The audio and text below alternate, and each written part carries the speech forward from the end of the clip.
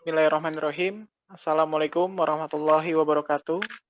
Waalaikumsalam. Waalaikumsalam warahmatullahi wabarakatuh.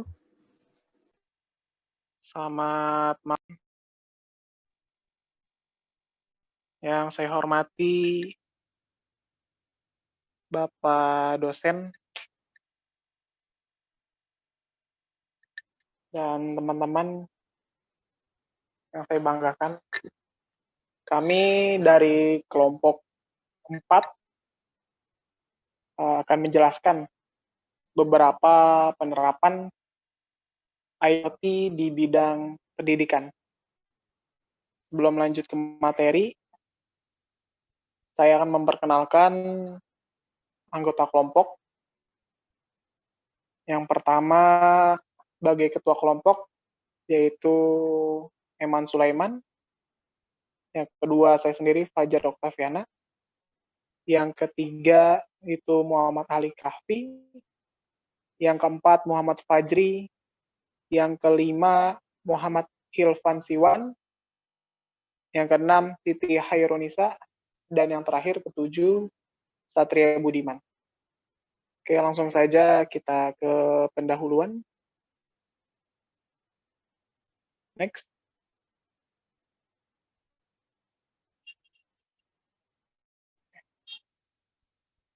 Perkembangan teknologi saat ini sangat pesat. Zaman sudah memasuki Internet of Things atau disingkat IoT, di mana seluruh objek yang terhubung dalam komputer dapat bekerja dengan menggunakan koneksi internet yang terus berlangsung. Terus terhubung dan dapat melakukan identifikasi serta dapat melakukan aktivitas sesuai dengan yang direncanakan antara perangkat yang satu dengan perangkat yang lainnya. IoT dapat diterjemahkan sebagai interkoneksi antara perangkat keras yang terhubung dengan internet atau dapat juga kemampuan menghubungkan setiap perangkat, mungkin untuk World Wide Web atau disingkat WWW. Next. Banyak sekali peranan internet terhadap dunia pendidikan selain berfungsi sebagai jendela dunia untuk menambah wawasan dan pengetahuan.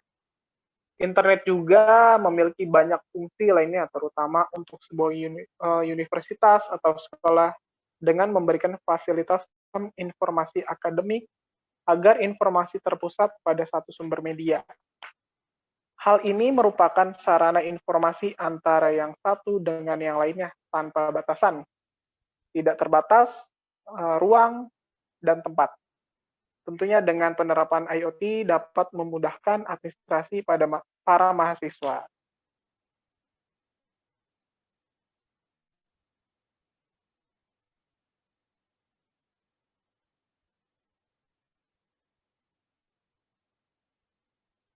Tujuan dan manfaat dari IoT bidang pendidikan. Bisa dilanjut oleh Saudara Muhammad Irfan. Oke, tujuan dan manfaat. Pembahasan kali ini dimaksudkan untuk mengidentifikasi potensi-potensi yang dimiliki oleh teknologi Internet of Things, khususnya yang berkaitan dengan pemanfaatan teknologi dalam pendidikan. Selanjutnya, akan dibahas bagaimana kemungkinan penerapan dan pemanfaatan teknologi tersebut dalam sebuah proses informasi akademik di dunia pendidikan.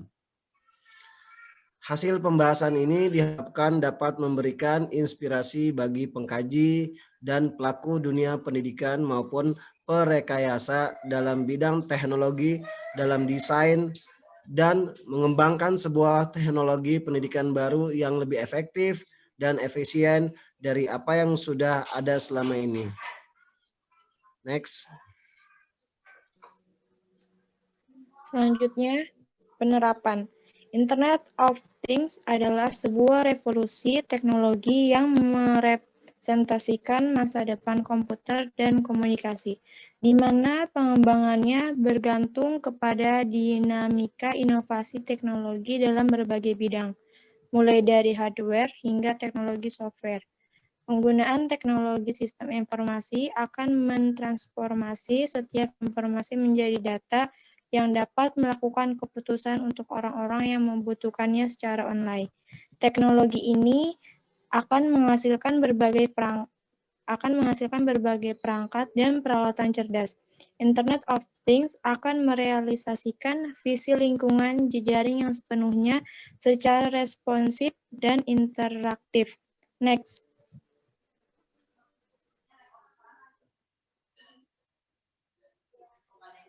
Pemanfaatan di bidang pendidikan, seperti yang dilakukan oleh MIK dan STIE Insan Pembangunan Bitung, yang telah menerapkan teknologi Internet of Things ke dalam sistem informasi akademiknya. Sistem tersebut dinamakan e-kampus dan SIAKAD. Di dalam sistem ini, para mahasiswa dimudahkan dalam hal mendapatkan informasi dan proses administrasi. Fitur-fitur yang diberikan oleh sistem informasi akademik Insan Pembangunan Bitung sangat cukup lengkap, sehingga para mahasiswa tidak perlu repot-repot untuk datang ke kampus. Hal ini juga untuk meminimalisir penyebaran virus COVID-19 ini. Next.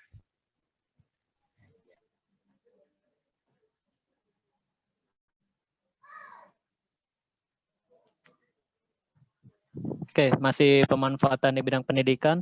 Sistem informasi akademik ini disambut baik oleh para mahasiswa. Mereka sangat antusias dengan adanya sistem informasi akademik ini. Seperti yang dirasakan oleh para mahasiswa kelas 3A Malam. Mereka berpendapat bahwa sistem ini sangat membantu mereka dalam mengurus proses administrasi kampus, sehingga waktu mereka lebih efisien dan bisa digunakan untuk melakukan proses pembelajaran yang lainnya. Selain itu juga mereka mendapatkan informasi yang jelas mengenai ujian-ujian yang akan datang sehingga bisa mempersiapkannya lebih matang. Next.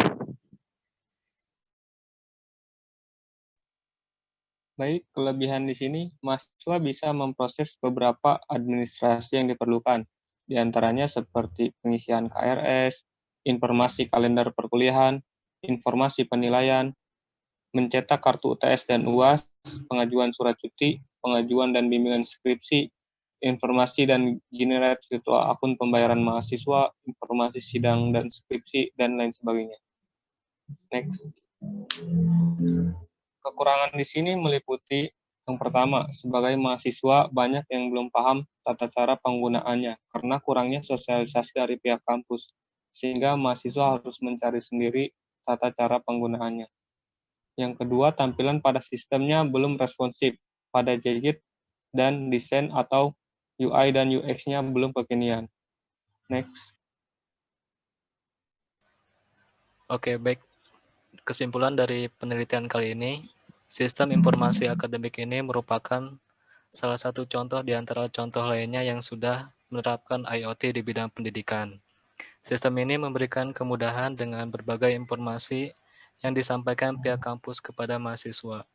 Selain itu, mahasiswa juga dimudahkan dalam mengurus administrasi yang dibutuhkan oleh kampus. Hal ini membuat mahasiswa menjadi fokus terhadap proses pembelajarannya. Dalam pelaksanaannya, sistem ini berjalan dengan baik. Banyak mahasiswa yang terbantu dengan adanya sistem ini. Terlihat dengan berkurangnya antrian di kasir pembayaran kampus. Baik, begitu saja dari kelompok 4 tentang penerapan IoT di bidang pendidikan. Kurang lebihnya mohon maaf. Wassalamualaikum warahmatullahi wabarakatuh. Waalaikumsalam. Waalaikumsalam warahmatullahi wabarakatuh.